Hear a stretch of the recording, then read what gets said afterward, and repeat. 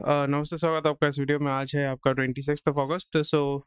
For some reason my webcam is not working, तो इसलिए मेरा फेस आपको नहीं दिखेगा।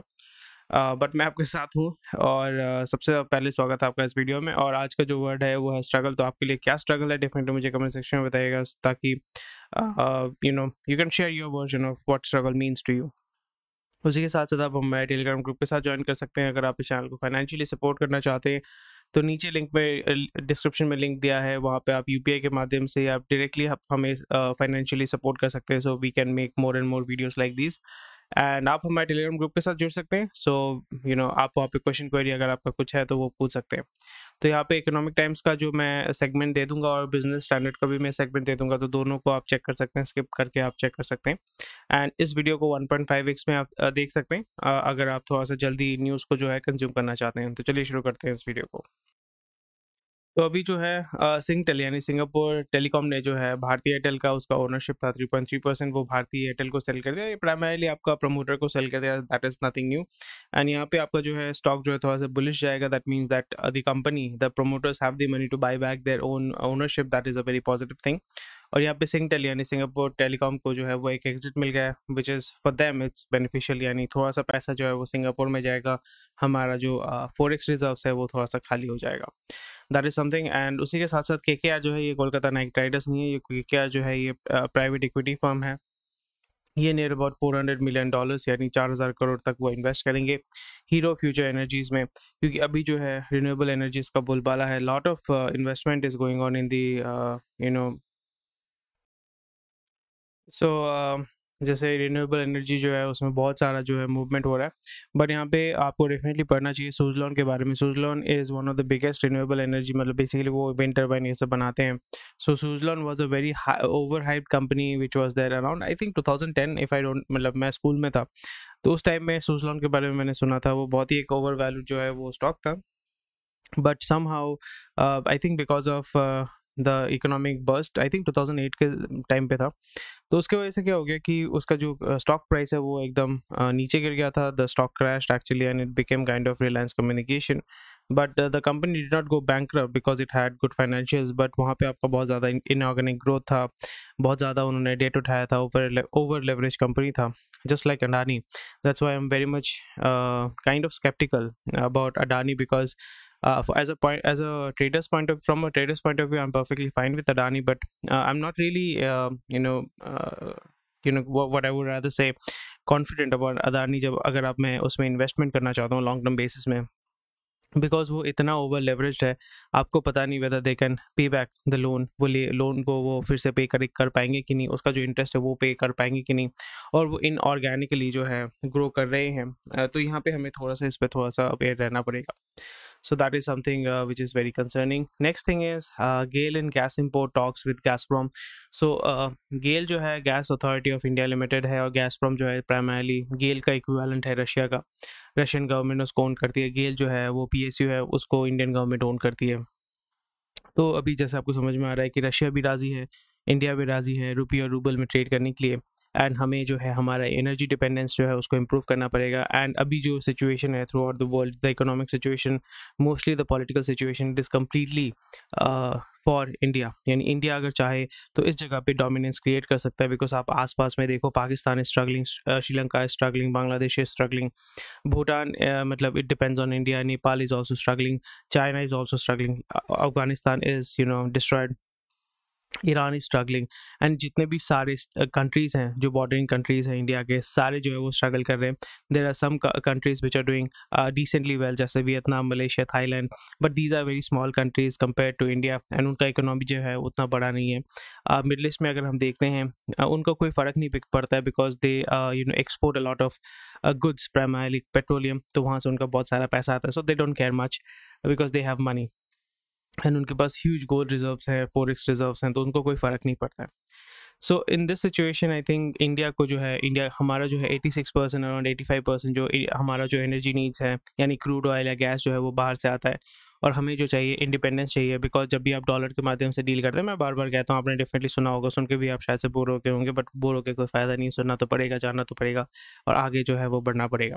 सो इन दिस सिचुएशन अगर आप डॉलर के ऊपर डिपेंड करते हैं, डॉलर आपके कंट्रोल में नहीं है, फिर उसी के साथ साथ गैस प्राइसेस यानी क्रूड ऑयल का प्राइसेस ओपेक मैनिपुलेट करता है, वो भी हम डिस्कस करेंगे, how OPEC is trying to manipulate the whole the energy game. तो उसमें भी आपका कंट्रोल नहीं है। What you can do is you can either invade any country and take all the resources like US does, और यहाँ पे आप अच्छे रिलेशन बनाओ, जैसे रशिया के साथ बना रहे हो, अफगानिस्तान के साथ बना रहे हो, ईरान के साथ बना रहे हो, और वहाँ से जो एनर्जी है वो आप चीप रेट में परचेज कर सकते हैं, डिस्काउंट में परचेज कर सकते हैं, और अपने जो एनर्जी नीड्स है उसको आप इम्प्रूव कर सकते हैं, और उसमें जो है इंडिपेंडेंस या जो दूसरे के ऊपर डिपेंडेंस है वो उसको रिड्यूस कर सकते हैं। तो this is something very good, क्योंकि गैस हमारा जो है अगर आता है which is really interesting thing. Gas के साथ साथ हमें चाहिए, गैस का भी उतना हमारा कंजम्पशन नहीं होता है, हमारा मेन कंजम्पशन होता है आपका किसका, क्रूड ऑयल का, ठीक है, तो वो चीज़ ध्यान में रखना है। And India imposes curbs on wheat flour export. Wheat flour definitely आप इसमें पढ़ सकते हैं, कांडला में अराउंड 20,000 टन्स जो है वो पड़ा हुआ है, वो अटका हुआ है। तो और एक चीज़ जो है, वन इंडिया वन फर्टिलाइज़र का जो प्लान है वो उन्होंने शुरू किया है, तो वहाँ पे वो बोल रहे हैं कि जितने भी सारे फर्टिलाइज़र हैं उसका जो ब्रांड नेम होगा, जिस नाम से आपको बेचना पड़ेगा, वो नाम होगा Bharat, Bharat NPK, Bharat N something NDH something ऐसा कुछ है, NOH समथिंग NOK करके। तो यहाँ पे प्रॉब्लम ही हो जाएगा, उसके बारे में हम डिस्कस करेंगे कि क्या प्रॉब्लम होता है नहीं होता है, and will be discussing all about it. So this is something which is very concerning for all the fertiliser companies. इसलिए आप देखोगे इस वीक, या बिकॉज आज फ्राइडे है, मार्केट ख़त्म होने वाला है या बंद होने वाला है, उतना मूवमेंट आपको शायद से नहीं देखने को मिलेगा, बट नेक्स्ट वीक में आप देखोगे कि फर्टिलाइज़र का जो इंडेक्स है that is going to go down. Antiprofiteering bodies probing 250 retailers. So वही है कि जब भी जीएसटी बढ़ाते हैं तो उसमें जो होता है, जो कंपनीज हैं वो प्राइसेस को और बढ़ा देती हैं, and again politics comes into place so they can get an easy exit. Political party बोलती है जीएसटी, दही में भी जीएसटी, ये क्या करें वो क्या करें, बट इसी के बीच में जो है जो कुछ कंपनी जो है वो अपना प्राइस बढ़ा देती है, और पॉलिटिकल पार्टी जो है उस नैरेटिव को चलाती है, और जो आम इंसान है वो बुर्बक बनता है और वो उसको लूटा जाता है। That is how it works. And इस जगह पे नेशनल एंटी प्रॉफिटियरिंग अथॉरिटी ने काम करना शुरू किया है। I don't know how effective they are, but that's something which should be aware.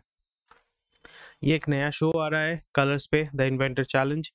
सो अगर आप इंटरेस्टेड हैं, अगर आपको वो क्या आया था ना, शार्क टैंक टाइप का जो कुछ आया था, वो अगर आप देखते हैं तो ये मे बी आपको ये इंटरेस्टिंग लग सकता है, ठीक है, बहुत बढ़िया। सो यहाँ पे जो है गवर्नमेंट ने बोला है all fertilizer firms told to sell product under Bharat brand. So इसमें प्रॉब्लम ये हो जाएगा कि ये कुछ दिन बाद जो है इस डिसीजन को आई am pretty much sure that वापस ले लिया जाएगा। लाइक IRCTC में बोला था ना कि 50% जो है बेनिफिट हमें कमीशन जो है गवर्नमेंट को चाहिए, उसी तरीके से ये यहाँ पे भी आप सुनने को मिलेगा that there will be a petition filed in the Supreme Court, और दे विल बी लॉबिंग करेंगे कि भाई ऐसा होगा तो कैसे चलेगा। भारत ब्रांड बोल के तो डेफिनेटली हम सेल कर सकते हैं, बट हमारा ब्रांडिंग का क्या होगा, टाटा का ब्रांडिंग का क्या होगा, जितने भी सारे कंपनीज हैं उनका क्या होगा भाई, क्योंकि वो तो इन्वेस्ट कर रहे हैं ना ब्रांडिंग के ऊपर। So Bharat DAP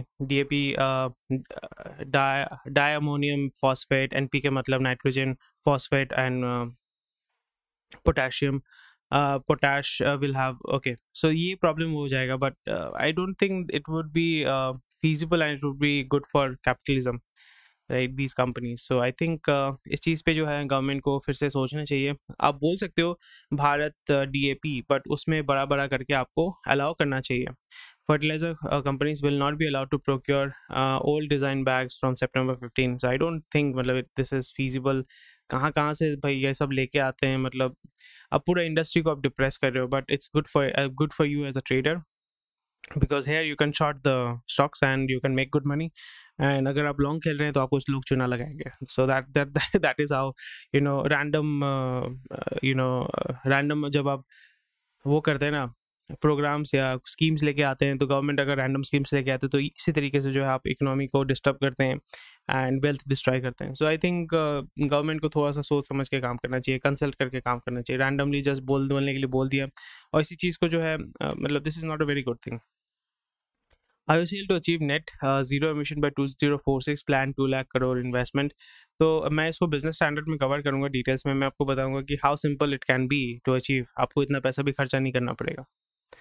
Nokia in talks with Adani Corporation to deploy 5G networks in private network। Private network का मतलब क्या होता है? प्राइवेट और पब्लिक नेटवर्क का मतलब होता है कि पब्लिक नेटवर्क का मतलब होता है कि आप जब सिम कार्ड परचेज करते हैं उस कंपनी का नेटवर्क यूज़ करते हैं, दैट इज़ पब्लिक, यानी पब्लिक उसमें पार्टिसिपेट कर पाता है। प्राइवेट का मतलब होता है कि फॉर एग्जांपल मेरा एक मॉल है, मॉल में मेरे 500 एम्प्लॉयज़ है, 500 एम्प्लॉयज़ को मैंने फ़ोन दिया है और वहाँ पे मेरा खुद का टावर मैंने लगाया है, यानी बाहर का कोई आदमी यानी पब्लिक जो है उस नेटवर्क के साथ जुड़ नहीं पाएगा, तो उसको कहते हैं हम प्राइवेट नेटवर्क। तो अडानी के पास जैसे बहुत सारे रिसोर्सेज हैं, SEZ है, लॉजिस्टिक्स है, पोर्ट्स हैं, तो उसके लिए उसको 5G चाहिए होगा। 5G is easier for communication, data transfer and data management, and it would be rather I think comparably safe. So उसको वो करना चाहते हैं, उनके जो पोर्ट्स हैं या उनके पास जो ऑलरेडी अडानी ने जो कुछ जो है नेटवर्क को परचेज़ किया है, स्पेक्ट्रम को परचेज़ किया है, सो यहाँ पे नोकिया जो है उसको हेल्प करना चाहता है, which is good. A very concerning thing, आपके लिए इंटरेस्टिंग हो सकता है बट मेरे लिए बहुत कंसर्निंग है। 10 stocks hold nearly 46% of FPI money in India. तो अगर आपने इन सब बैंक्स में इन्वेस्ट करके रखा है, so it is very crucial for you to do some risk analysis, क्योंकि FPI ने इसके ऊपर इसमें अगर पैसा डाल के रखा हुआ है, FPI को आप समझो, FPI जो है वो बहुत ही वोलेटाइल होता है, volatile in a way that जो DII है, मतलब देसी जो आदमी है, देसी इंस्टीट्यूशनल इन्वेस्टर में जो DII का मतलब वो नहीं होता है, बट मैं यहाँ पे आपको सिंपल भाषा में समझाने के लिए मैं बोलूँगा, देसी इन्वेस्टर जो है DII, वो क्या करता है, वो अपने लोकल इकोनॉमी को इनडायरेक्टली सपोर्ट करता है। और वो क्या करता है कि हाँ ठीक है, पैसा तो अपने देश में ही घूमेगा ना, तो ठीक है, कोई बात नहीं है। और फिरंगी जो होता है FII मतलब फिरंगी इन्वेस्टर जो है, वो क्या करेगा, वो देखेगा कि भाई मुनाफा कितना मिला है, क्या मच है। मतलब I am not mocking anyone, but this is I want this conversation to be funny. तो वहाँ पे वो देखेगा कि भाई वैल्यू मैंने पंप कर दिया है, बाहर से मैंने $500 मिलियन, $5 बिलियन मैंने पंप किया है, वैल्यू आपका बढ़ गया है, क्योंकि सप्लाई एंड डिमांड के ऊपर ही शेयर मार्केट चलता है।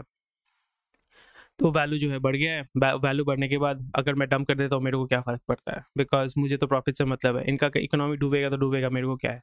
So there is a high probability right now, Nifty is hovering at the highest point right now, and इसको डंप करना, बिकॉज आप जो भी स्टॉक बेचोगे यू विल बी प्रॉफिटेबल, क्योंकि आपने वैल्यू पंप करके रखा हुआ है ना। और ये सारे जो हैं, ये स्टॉक्स जो है निफ्टी 50 में सारे हैं, और ये सारे जो स्टॉक्स अगर ग्रो करते हैं, that means that the Nifty 50 index will go up. अगर यहाँ पे ये लोग पैसा निकालना शुरू कर देते हैं, then the Nifty 50 stock index will fall. So इसलिए be very very aware. Market अगर 5% करेक्शन करता है, 3%, 2% पे करेक्शन करता है, सो रिटेल इन्वेस्टर, देसी इन्वेस्टर को कोई फर्क नहीं पड़ेगा, बिकॉज उसको पता है कि फिरंगी इन्वेस्टर जो है दबा रहा है मार्केट को, तो देसी इन्वेस्टर और बाई अप करेगा, बट जो रिटेल इन्वेस्टर है वो खत्म हो जाएगा उसके अंदर। सो अगर आप, बिकॉज आप रिटेल इन्वेस्टर हो, मैं रिटेल इन्वेस्टर हूँ, मैं मरना नहीं चाहता, मैं देसी और फिरंगी के बीच में पिसना नहीं चाहता हूँ। तो मैं क्या करूँगा, मैं अवेयर रहूँगा, मुझे देखना पड़ेगा कि मार्केट कैसा मूव कर रहा है, बस चुपचाप मैं साइड से देखूंगा कि भाई जब मेरे को बुल के साथ जाना है, क्योंकि मैं लॉन्ग खेल रहा हूँ, तो मुझे बुल के साथ जाना है, तो मैं देखूंगा कि मेरा नंदी कहाँ पे है, नंदी जहाँ दिखेगा मुझे उसी के साथ मैं आगे बढ़ूंगा, भालू के साथ नहीं जाने वाला मैं। सो this is something which is very interesting for you, या तो इस पर थोड़ा सा आप ध्यान रखिएगा। अडानी ने जो है वो अक्वायर करना चाहते हैं प्राइमरली NDTV को। सो पर यहाँ पे जो कोई भी एक्विजिशन जब होता है, तो अडानी मतलब मेजॉरिटी स्टेक होल्डर जब कोई बनता है, तो सेबी से उसको अप्रूवल चाहिए होता है, एंड आई डोंट थिंक कोई प्रॉब्लम होने वाला है, सेबी तो डेफिनेटली दे ही देगा। Oil firms on possible supply cut to OPEC. तो जैसे मैंने बताया था कि ओपेक जो है अपना जो प्राइस है, मतलब उसको भी तो पैसा कमाना है ना। So what they will do is, जब भी आपका प्राइस बहुत ज़्यादा कम हो जाता है, तो वो सप्लाई काटना शुरू करते हैं। सप्लाई डिमांड के ऊपर है, डिमांड ज़्यादा है, सप्लाई कम है, तो प्राइस बढ़ेगा, सप्लाई ज़्यादा है, डिमांड कम है, तो प्राइस कम होगा, तो वही हो रहा है, सप्लाई ज़्यादा है, डिमांड कम है, प्राइस कम हो रहा है, तो वो क्या करें, सप्लाई कम करने वाले हैं, ताकि डिमांड बढ़ेगा तो प्राइस बढ़ेगा, प्राइस बढ़ेगा तो उनके पास ज़्यादा पैसा आएगा, और इंडियन गवर्नमेंट को, इंडियन कंपनीज को ज़्यादा पैसा देना पड़ेगा, और आपको ज़्यादा पैसा देना पड़ेगा। क्यों देना पड़ेगा, बिकॉज डॉलर में आपको परचेज करना पड़ता है, और ओपेक के ऊपर आपको डिपेंड करना पड़ता है। इसलिए we should move towards Iran, Venezuela, Libya, Syria, Iraq and Russia for our energy. हमें एनर्जी चाहिए बॉस, कहीं से भी आए। पेट्रोल में तो किसी का नाम नहीं लिखा हुआ था, किसी का धर्म नहीं लिखा हुआ था, किसी का जात नहीं लिखा हुआ था, तो हमें पेट्रोल चाहिए अपने देश को चलाने के लिए, एनर्जी चाहिए अपने देश को चलाने के लिए। उससे मतलब I think government should have that very black and white policy that we don't care from where the oil is coming, we need energy dependency। US जो जैसे पॉलिसी को यूज़ करता है, उसी तरीके से हमारा पॉलिसी होना चाहिए, we want our energy dependence at any cost, we don't care। नहीं तो आपका इंटरनल वॉर शुरू हो जाएगा, सिविल वॉर शुरू हो जाएगा। Rally looks a bit stretched, but markets will head higher if FIIs keep buying. So definitely आप समझ रहे हैं बात को, इसका ऑपोजिट भी होता है। FII अगर बेचना शुरू करेंगे, DII भी उसको बचा नहीं पाएगा, DII के पास लिमिटेड रिसोर्सेस है। रिटेल तो पिस जाए, रिटेल ही खत्म हो जाएगा, DII सर्वाइव कर जाएगा, बट जो रिटेल इन्वेस्टर है जैसे आप हैं, आप खत्म हो जाओगे, आप पिस जाओगे। इसलिए be very very aware. I am pretty much अब right now I will not do any long term investment. अभी मैं भर भर के ट्रेडिंग करूंगा। अगर आप स्विंग ट्रेड भी करना चाहते हैं, it's a very good time. अगर आप डे ट्रेड करना चाहते हैं, very good time. Preferably swing trade, it's much more feasible and easy for a typical person. Investment, आप कंपनी को फॉलो करो, उसका जब स्टॉक प्राइस करेक्शन होगा यानी प्राइस गिरेगा, तब आप उसमें जो है स्टेक परचेज कर सकते हो। But right now I would not even touch the market right now, it's very volatile. तो जॉब क्रिएशन जो है हाईएस्ट है। बिकॉज हाई क्यों है? बिकॉज जो फेस्टिव सीजन आ रहा है, तो वहाँ पे आपको टेम्पररी एम्प्लॉयज़ हायर करना पड़ेंगे and you have to also train them 1 महीना 1.5 महीना। सो दैट्स वाई जुलाई जून सितंबर अक्टूबर, जून जुलाई अगस्त सितंबर अक्टूबर सितंबर में ज़्यादा मूवमेंट होने वाला है।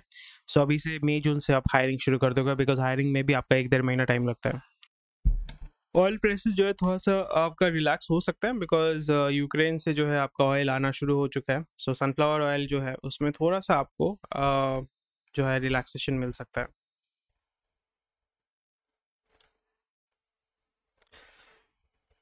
Pricing authority caps rates for kidney diabetes it's very good. Airline struggle because of supply chain woes. Supply chain मतलब मेंटेनेंस में आपको सबसे ज़्यादा पैसा देना पड़ता है। और एक चीज़ मैं आपको बताना चाहता हूँ, this is the golden rule that I have learned, that is एक एयरप्लेन ना जितना देर तक ज़मीन पे रहेगा उतना ख़राब है। जितना देर तक ज़मीन पे रहता है, that is more detrimental to the aircraft. Maintenance के पॉइंट ऑफ व्यू से मैं बोल रहा हूँ, जितना देर तक वो हवा में रहेगा यानी उड़ता रहेगा, that is good for the aircraft. इसलिए अगर कोई एयरक्राफ्ट नीचे पड़ा रहता है, यानी आपका जो है हैंगर में झूलता रहता है, झूलता नहीं मतलब हैंगर में रहता है, तो उसको फिर से निकाल के, वैसे गाड़ी जो है आपने गाड़ी निकाला चलाया, एयरप्लेन को ऐसे नहीं कर सकते हैं। अगर वो 1-1.5 महीना बैठा रहता है, फिर से आपको पूरा इंस्पेक्शन करना पड़ता है, सॉफ्टवेयर जो है अपग्रेड करना पड़ता है। It takes crores and crores of money to get it back again on the air. इसलिए हर एयरक्राफ्ट वो जितना देर तक हवा में रहेगा उतना अच्छा रहेगा, उतना स्वस्थ रहेगा, उतना मस्त रहेगा। ये चीज़ अगर आप ध्यान में रखते हैं तो आपको पता चलेगा। इसलिए स्पाइस जेट, मैं बार बार बोलता हूँ, स्पाइस जेट ख़त्म इसलिए है क्योंकि उसका एयरक्राफ्ट इतने दिन से पड़ा हुआ था। जेट एयरवेज का जो भी एक्वायर कर रहे हैं, जो भी एयरप्लेन एक्वायर कर रहे हैं, वो उनका भी बहुत ज़्यादा जो है खर्चा होगा to get that plane on the air. So please keep this in mind if you are investing into airlines. थोड़ा सा बेसिक्स आपको पता होना चाहिए एयरलाइन इंडस्ट्री के बारे में। I hope this pointer will help you. And Delhi वाला आप देख सकते हैं, it's not that important for me. So this is the overview of क्या है इकोनॉमिक टाइम्स, राइट। तो अभी चलिए जाते हैं, मूव करते हैं हम बिजनेस स्टडीज़ क्यों बोलता हूँ मैं, बिजनेस स्टडीज़ नहीं बोलना है, बिजनेस स्टैंडर्ड यार, बिजनेस स्टैंडर्ड पे मूव करते हैं। तो ये मैंने ऑलरेडी कवर कर लिया, ठीक है। तो flexi work places need to be need of the hour. So PM ने बोला है कि ठीक है आप वर्क फ्रॉम होम करो। So I think that's a good thing, already लोगों को पता चल गया। बट इससे देखो, पीएम का जो है ना, पीएम जब भी बोलता है ना, तो उसका जो penetration tier 3 tier 4 cities rural में बहुत ज़्यादा पेनिट्रेशन होता है। टीयर 1 टीयर 2 सिटीज़ में लोगों को ऑलरेडी पता है कि वर्क फ्रॉम होम क्या है, ये सब ठीक है, समझ में आ गया। बट गांव में अगर आपको मैसेज पहुंचाना है, the best way to do is from through PM का जो है मतलब कनेक्शन है ग्राउंड लेवल तक, मतलब जो रूरल एरिया है, गांव एरिया है, उस एरिया में ज़बरदस्त कनेक्शन है मोदी का, ठीक है। इसलिए जो मोदी जो बोलते हैं वो गाँव में उसका बहुत ज़्यादा इफेक्ट होता है, शहर में उतना ज़्यादा इफेक्ट नहीं होता है। So participation which is very good. तो ये डेफिनेटली आप पढ़िएगा। सो दैट मीन्स दैट गाँव में भी जो है रिमोट वर्किंग, क्योंकि अगर आप जोहो के श्रीधर वेम्बू को अगर देखते हो, तो he has also started his office in गाँव वाली एरिया, तिनकासी तमिलनाडु में, गाँव में उन्होंने अपना ऑफिस बनाया हुआ है। So he is in a campaign that गाँव में ऑफिस बनाना है। So IT will go to villages, not villages becoming urbanized. So I think that's a good thing. नेबी क्या बोल रहा, सेबी जो है वो तो डेफिनेटली हमने बात किया था यहाँ पे। India's outbound deal value second highest in a decade. So इसका मतलब क्या होता है? मतलब ये होता है कि India has spent more on merger and acquisitions overseas by August than the whole world in 2021। Total of 7.6 billion outbound merger and acquisition represents the third straight year of rising deal value, ठीक है। यानी India से ज़्यादा पैसा जा रहा है, Indian जो है वो इंडियन कंपनीज बाहर इन्वेस्ट कर रहे हैं, विच इज़ वेरी गुड। बट इसका जो इफेक्ट होता है डायरेक्टली इनडायरेक्टली आपका फॉरेक्स रिजर्व्स में पड़ता है। The foreign net FDI inflows have averaged from blah, blah, blah, blah, blah, blah, blah, blah. So ये आप देख सकते हैं, this is something which is interesting. So इसमें आपको ये पता चलेगा कि how the Indian companies are also increasing their footprint outside of India. Debt funded purchases can put pressure on Adani ratings. Definitely मैंने आपको बताया. Suzlon का आप रिसर्च कीजिएगा, Suzlon के बारे में आप डेफिनेटली पढ़िएगा, which will give you an overview.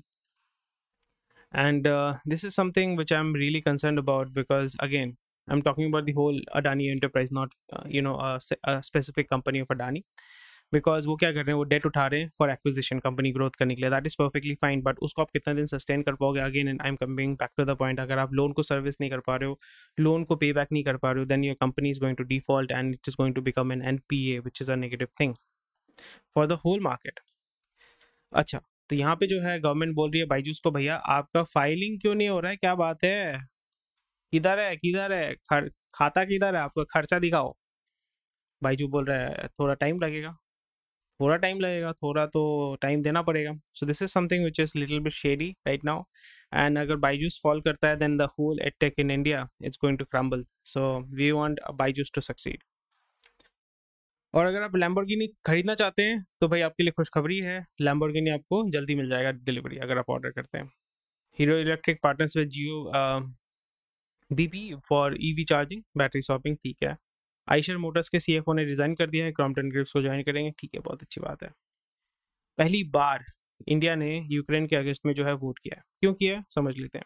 यहाँ पे बेसिकली प्राइमरली उन्होंने बोला था कि हम वॉदिमिर ज़ेलेंस्की जो है, जो यूक्रेन के प्रेसिडेंट है, उनको हम इनवाइट करना चाहते हैं टेली वीडियो कॉन्फ्रेंसिंग के माध्यम से. वो थोड़ा सा बोलेंगे कि हमारे देश में ये प्रॉब्लम वो प्रॉब्लम है. तो रशिया ने बोला नहीं, हम अलाउ नहीं करेंगे. बट इंडिया ने बोला कि हाँ ठीक है, बोले तो ना, क्या प्रॉब्लम है, बोल तो रहा है ना, और तो कुछ नहीं कर रहा है. तो आपको लग रहा होगा कि पहली बार इंडिया ने रशिया के अगेंस्ट गया है, but it's not a big deal at all. IOC जो है, हाँ ये देखो भैया, IOC, एंड ये चीज़ मेरे को थोड़ा सा कंफ्यूजिंग लग रहा है. IOC स्पेंड करेगा $25 बिलियन 2000 मतलब 2046 तक टू नेट जीरो, मतलब जितना भी उसका एमिशन हो रहा है उसको नेगेटिव करने के लिए या जीरो करने के लिए. और दिल्ली में भी $600 मिलियन. मुझे तो ये समझ भी नहीं आ रहा है कि आप ये सब प्लान कर रहे हो. सिंपल सा चीज़ है, बहुत सिंपल चीज़ है. अगर आपको पर्यावरण को बचाना है ना, तो पर्यावरण के साथ काम करना पड़ेगा. लैब में बैठ के वो पर्यावरण बचा नहीं सकते आप, ठीक है. तो यहाँ पे दिल्ली के मामले में मैं अगर बोलूँ, दिल्ली में अगर आपने पूरा सब कुछ इलेक्ट्रिक कर दिया तब भी कुछ नहीं होने वाला है. दिल्ली का जो हालत है, दिल्ली में अगर आपने इलेक्ट्रिक बस कर दिया, इलेक्ट्रिक व्हीकल कर दिया, सब कुछ कर दिया, कोई पेट्रोल का कंजम्पशन कुछ नहीं होता, सिर्फ CNG में चलता है, फिर भी उसका पोल्यूशन कम नहीं होगा. क्यों नहीं होगा? Because you need to understand the geography of Delhi. Delhi is surrounded by it's a landlocked place, right. वहाँ पे हवा आता है आपका नॉर्दर्न प्लेन से जो है हवा आता है, मौसम आता है, अगर आप थोड़ा सा जियोग्राफी अगर आप स्टडी करते हैं. सो प्रॉब्लम ये है that a lot of air and everything comes from Punjab, Haryana, ये सब साइड से आपका आता रहता है. पंजाब में आग लगाओगे तो हवा आएगा दिल्ली में, हरियाणा में आग लगाओगे तो हवा आएगा दिल्ली में. तो आपको क्या करना पड़ेगा, जैसे पराली का सबसे बड़ा एग्जांपल है, पराली जलाओगे तो वो हवा जो है वो दिल्ली तक आता है, दिल्ली में पोल्यूशन बढ़ता है. सो इसमें सिंपल सा सोल्यूशन है, पेड़ लगाओ भाई, भर भर के पेड़ लगाओ. दिल्ली में जहाँ पे भी खाली जगह मिलता है पेड़ लगाओ. आपको भी मैं बोलूँगा कि आप घर में तो 2-3 पेड़ लगा के रखो. पेड़ मतलब पौधा लगाओ यार, क्या प्रॉब्लम है, पौधा लगाओ, जहाँ पे मिलता है पौधा लगाओ. IOCL को भी मैं बोलूँगा कि जैसे US में एक there is something called carbon offset का एक आइडिया आ चुका है. कार्बन उसको क्या बोलते हैं, कार्बन क्रेडिट्स परचेज करते हैं. इसका मतलब होता है कि आप जो है पेड़ लगाते हो. IOC को ये करना चाहिए कि भाई 10,000 एकड़ ज़मीन जो है, जो वेस्ट लैंड है, उसको मतलब क्या करेगा, उसको क्या बोलते हैं यार, गोद लेने को क्या बोलते हैं, अडॉप्ट करना है, ठीक है. आप 10,000 हेक्टेयर ज़मीन को अडॉप्ट करो, वहाँ पे पेड़ लगाओ, फॉरेस्ट कल्टीवेट करो, तो आपका ऑलरेडी ऑफसेट हो ही गया. एक पेड़ जो है आपका सर्टेन अमाउंट, आपको पता है कि कितना कार्बन डाइऑक्साइड कंज्यूम करता है, ऑक्सीजन छोड़ता है, आपको पता है. एक पेड़ का आपने 10 लाख पेड़ लगाया, आपको तो ऑलरेडी $25 बिलियन भी डालने का जरूरत नहीं है. नेचुरली आप काम करो यार, क्या करते हो यार, और वही पैसा आप एम्प्लॉयमेंट पे लगाओ, वहाँ पे आप एम्प्लॉयमेंट जनरेट करो. बिकॉज पेड़ लगाना, प्लांटेशन करना, forest banana, it's a huge labour intensive work. अगर आप ये कर पाते हो, आई थिंक आप 2-3 लाख लोगों को तो एम्प्लॉयमेंट दे ही सकते हो. 2-3 लाख मतलब अराउंड 10 लाख लोगों को आप डायरेक्टली इनडायरेक्टली आप सपोर्ट कर रहे हो. I think that's a very good way to go. It's like the reverse mining. Mining में क्या होता है, पेड़ काटा जाता है, जंगल साफ किया जाता है. It's the reverse mining. मतलब पहले उसमें पूरा एकदम माइनिंग में क्या होता है, पूरा एकदम खत्म हो जाता है जगह, बंजर जमीन हो जाता है. बंजर जमीन में पेड़ लगा के वहाँ पे जो है पेड़ कर रहे हो, पेड़ उगा रहे हो. And that is how you can do it. You don't need to spend $25 billion. Definitely आप मुझे बताइएगा whether I am sounding dumb और not, but I think to help nature you have to work with nature, you have to understand what nature wants. Okay. MAE condemns attack on Rushdie. बहुत जल्दी कर दिया यार आपने. इतना दिन कहाँ थे आप? कम ऑन यार, अपने देश में यहाँ पे मतलब ये सब हो रहा है, आप वहाँ पे कुछ नहीं करते हो. आप इतने दिन बाद वो जब हॉस्पिटल से छूट भी गया होगा, आप फिर बोल रहे हो, क्या फर्क पड़ता है यार. बहुत स्लो है यार. Post Covid heart attack on the rise says doctor, so please be aware. Covid vaccines have side effect थोड़ा तो होता ही है. क्या होता नहीं होता है, I am not going to go into it, but please be aware. Please have make sure that you are healthy. India has forex to withstand stress on credit. ठीक है, it's like fine. Indian economy will survive. Microeconomic stability boosted by 8 years of reforms. I kind of agree with that, but there are some certain things which the current government has done which is not productive. Like मैं definitely मैं बार-बार बोलता हूँ. Okay. IIT alumnus became friends on street, then turned on each other. बहुत ही interesting article है, definitely पढ़िएगा, बहुत मज़ा आएगा आपको. यहाँ पे ये हो गया कि इनसाइडर ट्रेडिंग हो रहा था, तो एक बंदे ने दूसरे को फंसा दिया. ठीक है, दोनों IITian ही है. अब क्या बोलोगे यार. सो इनसाइडर ट्रेडिंग क्या होता है, अगर आपको पता नहीं कमेंट सेक्शन में बताइएगा, मैं कल कवर करके दे दूंगा. और इनसाइडर ट्रेडिंग जो है वो इलीगल होता है, और बहुत सारे इंडियंस यहाँ पे फंसते हैं. Okay, China lines up $146 billion to shore up economy, not enough. But I don't think the Chinese economy is huge. वहाँ पे 146 billion is just a drop in the sea. So उससे क्या होगा नहीं होगा, that is something interesting. At $12 billion, PetroChina logs best ever profit. So PetroChina definitely, क्योंकि PetroChina आपको समझना पड़ेगा. PetroChina has invested into a lot of countries, especially Nigeria, Kenya, जहाँ पे आपका वो ईजिली जो है एनर्जी को एक्वायर कर सकते हैं. This is something which is interesting specially for women in India, that educated women are risk to hunger is future, because वो मतलब पढ़ाई लिखाई कर रहे हैं, शादी नहीं कर रहे हैं, शादी कर रहे हैं तो उनका बर्थ रेट जो है वो बहुत कम है.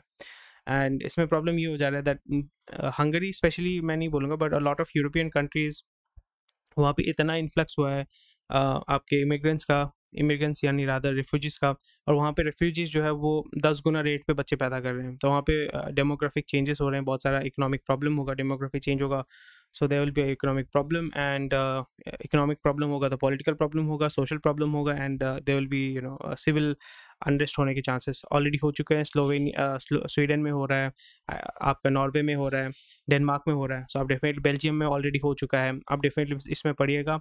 आई एम होपफुल दैट आपको समझ में आ रहा है मैं क्या बोलना चाहता हूँ. Biden student loan relief add new wrinkle to inflation debate. US economy is going to shrink even lot because the biggest factor for credit, मतलब वहाँ पे credit business is a very big business. वहाँ पे student बच्चे लोग पढ़ाई लिखाई नहीं करते because education is so expensive. India में एजुकेशन बहुत सस्ता है, यूट्यूब में तो फ्री एजुकेशन मिलता है. So you should be fortunate, you should think that हाँ मैं बहुत लकी हूँ इंडिया में पैदा हुआ हूँ बिकॉज यहाँ पे एजुकेशन बहुत चीप है.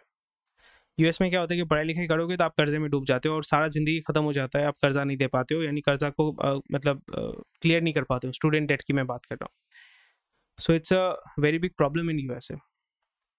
और अगर आप उसको माफ़ कर देते हैं तो उसमें क्या होता है, इकोनॉमी के ऊपर और बोझ पड़ता है. माफ़ कर देते हैं मतलब कौन पैसा देता है, गवर्नमेंट पैसा देता है, बेल आउट करता है, तो गवर्नमेंट के ऊपर लोड बढ़ता है, गवर्नमेंट का जो एक्सपेंसेस है वो बढ़ जाता है, जो उसका डेट है वो बढ़ जाता है. So again, the US economy is going to shrink. The inflation is going to go up. India's valuation जो है इंडियन, ये आप पढ़िएगा, यहाँ पे वही बोल रहे हैं कि इंडियन जो इकोनॉमी है वो थोड़ा सा ज़्यादा ओवर वैल्यूड लग रहा है. So there might be correction, and so you should be very much aware of it. Fertilizer stock shining, but next week में थोड़ा सा नॉन शाइनिंग हो सकता है. एंड या दैट्स अबाउट इट. कोई भी क्वेश्चन क्वेरी है आप मुझे कमेंट सेक्शन में बताइएगा. आधा घंटा 1 घंटा बोलने में गला सूख जाता है, so it's very tiring. Anyway, so thank you for watching this video. कोई भी क्वेश्चन क्वेरी है डेफिनेटली मुझे कमेंट सेक्शन में बताइएगा. आप मेरे ग्रुप के साथ ज्वाइन कर सकते हैं. Thank you, take care, bye bye, and I will see you tomorrow. Bye bye.